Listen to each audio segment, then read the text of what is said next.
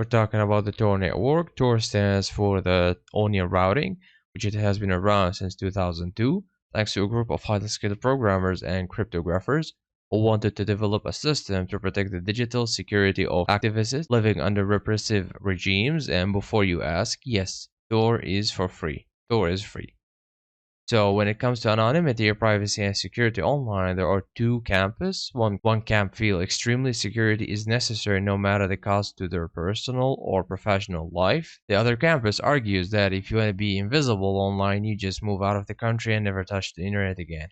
So it is a hard decision, but now there's a third option, an option that lets you have all your security benefits of Tor without being 100% anonymous. With this third way, you can have your anonymity and freedom too. So how does the Tor network work? Starting with the Tor client, which is this. Here where the user sends a request to a website such as google.com, duckduckgo.com, or using the client software on a computer or mobile device. The Tor client encrypts this request before sending it to one of the pre-established predetermined entrance points, like the nodes. These are, imagine these are the Tor nodes. The entry point, this is the entry point. The entry point into the Tor network, also known as the entry guard or the guardian, receives an encrypted access request from the Tor client, which it forwards it to a relay node. The content of the request is not visible to the guard. It only knows the origin Tor client and subsequent Tor node to transmit the request, in contrast to the other nodes within a connection. So guards are not selected dynamically. Instead, the client specifies a small number, which they are 3 by default. So predefined guards are used for all sessions and are only reselected after 2 or 3 months. In case of failure, these entry points are servers that have a long history of running reliable and can handle heavy streaming loads. The intent of this principle is to increase the stability heavy streaming loads, because since using fixed gateway servers reduce the chance for Tor users using root that is fully controlled by an attacker. Here comes the Tor node, the second node, or the middle node. This node accepts the incoming request and forwards it to the end node or to the exit node. So even traditional Tor nodes don't have access to the plain text of the request, so only instance before and after the node communicate, which leads us to the exit node. The exit node, here where the requested web server is now really accessed by the exit node. Here where the request is decrypted and sent via a DNS request to the requested destination server. At the target server at the destination, the exit node's IP address and the request are now known to the target server to the destination. The requested site page is sent to the exit node. However, it's still unclear where the request actually came from. The server's reply and now travels the same path that the first request took. You can think of it like this is the first node appears from Germany, the second node appears from Poland, the third node appears from Italy. So when I request google.com, for example, Google thinks that I'm requesting this website or this IP, which it's located in Italy, requested this specific website. And when it replies it back to Italy and then to Poland and then to Germany and then to me. So what are the Onion services? Onion services refer to a web content made to work only on Tor, only on the Tor network. These web services use the .onion TLD top level domain and are not indexed by search providers like Google. For example, when you search for something on Google, you might see a million of similar topics related to what you have searched for. But in the Tor network, things get changed because the user must know the exact address of the service that he wants to go to. Like for example, let me go back and show in here. This is the Facebook link on the Tor network. As you can see, it ends with .onion. It doesn't end with .com. So everything ends with .onion means this website is on the Tor network. As you see, this is the Proton Mail link on the Tor network. So to access it directly, you can't type something in the link and we'll show you similar or get you the correct link, unlike the standard websites. So accessing to the Onion services is fully encrypted through the Tor browser.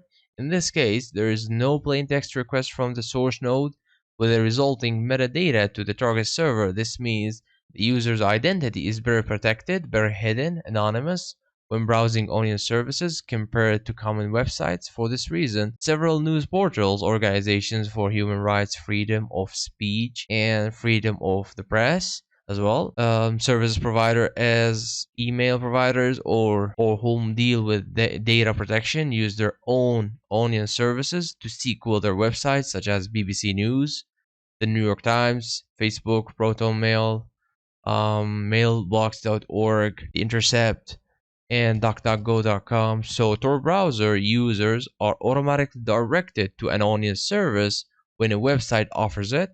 As example, as I showed you in here, these links. And I'm sure that you might have heard about the deep web or the dark net or the dark web, whatever, etc., etc. Now, what is it and what does this has to do with Tor? So the special security and anonymity of the Tor network also attracts cyber criminals who misuse the technology for illegal activities. For example, illegal marketplaces operate on the dark web where malware, drugs, weapons, and criminal services are traded. The term of the darknet refers to the fact that these websites cannot be reached via standard regular search engines and normal web browsers. Instead, users must use a special software and know the exact address as well. Many of these shadow portals require members to be invited in order to join the service. Like, for example, you can't find a drug dealer or a gun dealer or a hitman, otherwise the police will bust them easily.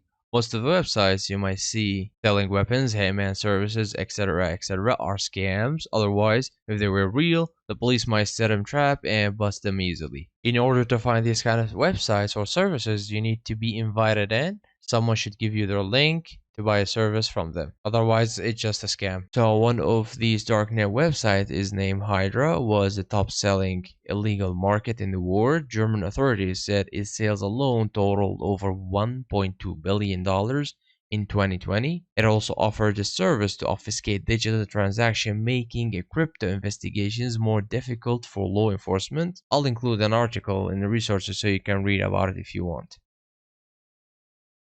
To install a Tor browser on your Kali machine, open up the terminal and then give it this command: sudo apt install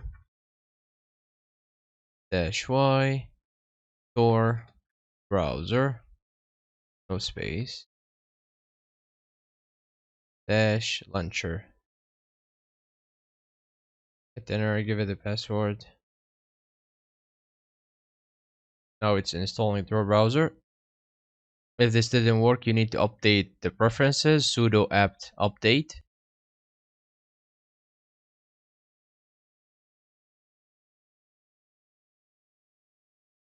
Okay, now the Tor browser has been successfully installed. Go to the applications and type Tor, and this is Tor browser.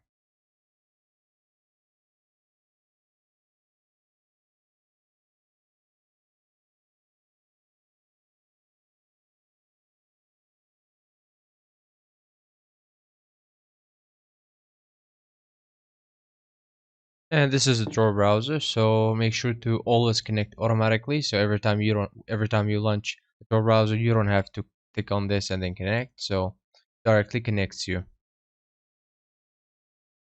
Now it's connecting.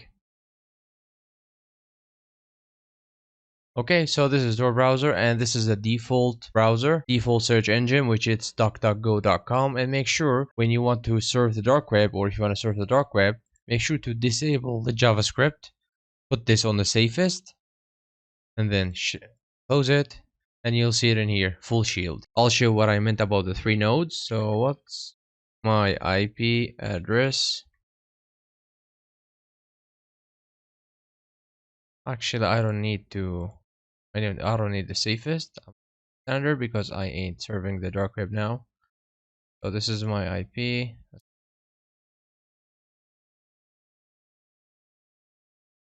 So as you can see in here, now it's showing me that I am in Switzerland. This is the IP that it's giving me. This is the IPv6. And if you click here, you will see the circuit that I'm in. So this is the first circuit in the Tor network. It's Canada, which it's the guard, as I said, remember, the guard. The second node is the United States, and the third, no, it's keep changing. No, so the first is Canada, the second is, okay, as you can see now, it's keep changing. So this is what I meant, and this is the destination. Now, this website thinks that I'm coming from Japan now. Okay.